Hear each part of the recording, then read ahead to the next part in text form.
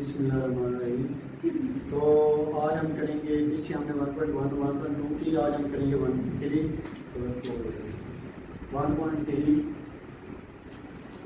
1.3 करने से पहले एक फार्मूला है जिसको बोलते हैं सैंडविच थ्योरम, जो कि पेज नंबर 25 पर limit theta approaches to 0 sine theta over theta is equal to 1, ये आपका पेज नंबर 25 पर दिया हुआ है। इसका प्रूफ भी शामिल है, लेकिन अभी हम प्रूफ नहीं करेंगे। आपने बस ये याद रखना है, अगर यहाँ पर एंगल जो दिया हुआ है वो थीटा है तो ओवर डिवाइड भी उसी एंगल पर होना चाहिए। अगर इधर यहाँ पर अल्फा है तो डिवाइड भी अल्फा ही होना चाहिए। और जो लिमिट अप्रोच कर रही है इसको बोलते हैं लिमिट। यहाँ पर जो लिमिट अप्रोच कर रही है वो अप्रोच करनी चाहिए जीरो के। ये तीन कंडीशनें होंगी। पहली कंडीशन कि लिमिट अप्रोच जीरो को कर रही हो, और जो लिमिट अप्रोच जीरो को कर रही हो एंगल में भी वही होना चाहिए और डिवाइड भी वही चीज़ कर रही होगी, तो उसको हम कहेंगे इज इक्वल टू जीरो। अब हम एक्सरसाइज करेंगे, एक्सरसाइज 1.3।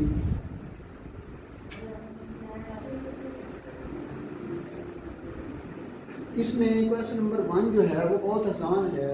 क्वेश्चन नंबर 1 का first part, limit X approaches to 3 into 2x plus 4।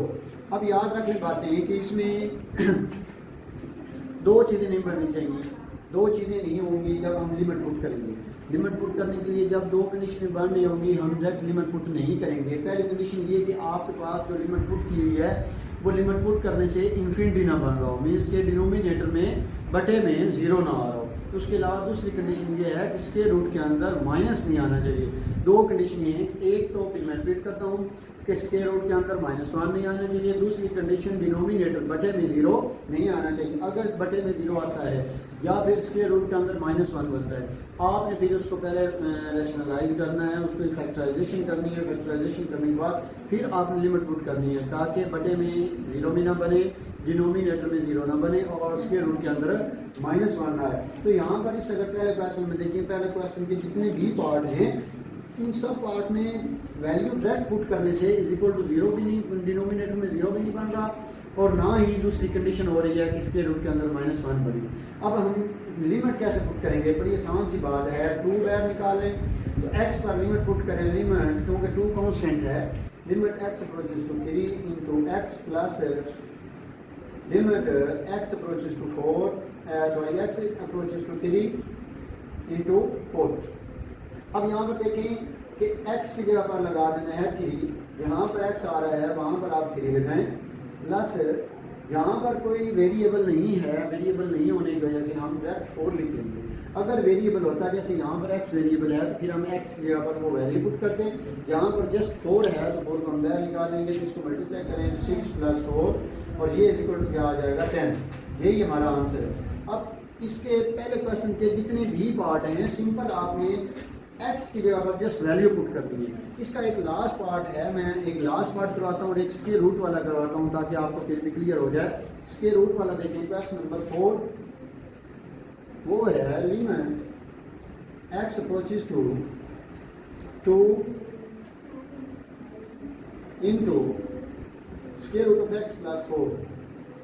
अब यहाँ पर अगर देखें तो हम पहले चेक कर लेते हैं कि अगर यहाँ पर 2 पुट करें, x की जगह पर 2 पुट होने से हमारे पास जो आंसर निकल रहा है वो स्क्वायर रूट -1 नहीं निकल रहा, मीन्स के स्क्वायर रूट के अंदर -1 नहीं बनता। जो 2 अगर हम पुट करते हैं तो इसका मतलब है कि हम इसको एग्जैक्ट वैल्यू पुट करेंगे। यहाँ पर x भी है तो आप यहाँ पर वैल्यू पुट करें, x की जगह पर 2, ये x है बिल्कुल ठीक है, इधर माइनस, यहाँ पर 2 - 4, 2 इंटू 4 - 4, ये 0 आ जाएगा, 2 इंटू 0, तो ये सारा क्या हो जाएगा 0। तो इस तरह स्क्वायर रूट वाले को भी आपने चेक कर लेंगे।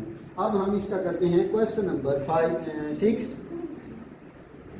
क्वेश्चन नंबर 6 में हम डिनोमिनेटर में क्योंकि x आ रहा है इसलिए मैं चाहता हूँ कि वो भी ये क्वेश्चन करवाऊँ ताकि आपको पता चले कि डिनोमिनेटर में अगर 0 आए तो उसको कैसे सॉल्व करना है। लेकिन पहले क्वेश्चन जितने भी हैं, पहले क्वेश्चन के 6 पार्ट हैं, किसी में भी ये दोनों कंडीशनें नहीं आएंगी कि ना इसके रूट के अंदर -1 आएगा और ना ही डिनोमिनेटर में 0 आएगा।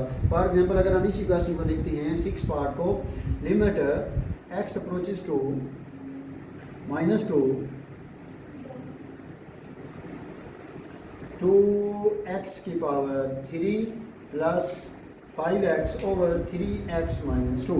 अब यहाँ पर -2 पुट करें तो डिनोमिनेटर में यहाँ पर -2 पुट करने से -6 -2 -8 बनेगा। तो इसका मतलब है कि माइनस अगर 8 बनता है तो डिनोमिनेटर में 0 नहीं आ रहा। हम डायरेक्ट वैल्यू पुट करेंगे 2 इंटू -2 की power 3 plus 5 into -2 over 3 into -2 plus -2। तो ये बनेगा 2 इंटू -2 की पावर 3, वो बनता है -8, -10 बन जाएगा ओवर -6 और ये -2। इसको आगे सिंप्लीफाई करेंगे तो हमारे पास जो आंसर निकलेगा -16 और -10, ये बन जाएगा -26 ओवर -8। तो इसको कैंसिल कर लें, कैंसिल करने के बाद जो चीज़ आएगी वो आपके पास आंसर होगा।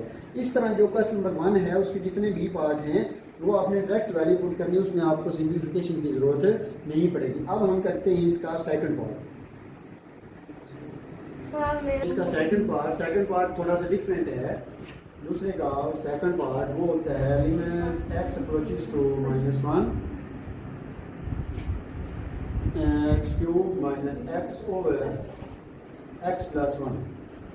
तो यहाँ पर अगर आप गौर करें तो अगर डिनोमिनेटर में x की जगह पर -1 पुट करें तो -1 पुट करने से 1 -1 ये 0 हो जाता है।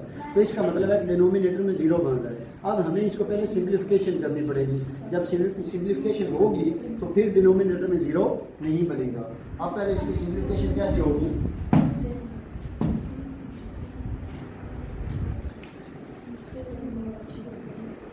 यहाँ पर इसको वैसे का वैसे लिमिट x अप्रोचेस टू -1, इसमें से x कॉमन आ रहा है, इधर बच जाएगा x² -1 ओवर x प्लस 1। तो ऊपर वाले में से लिमिट x अप्रोचेस टू -1, ये फार्मूला बन जाएगा x -1 plus 1 into x -1 over x plus 1। ये x प्लस 1 इससे कैंसिल हो जाएगा। ऊपर फार्मूला ये बनाएगा x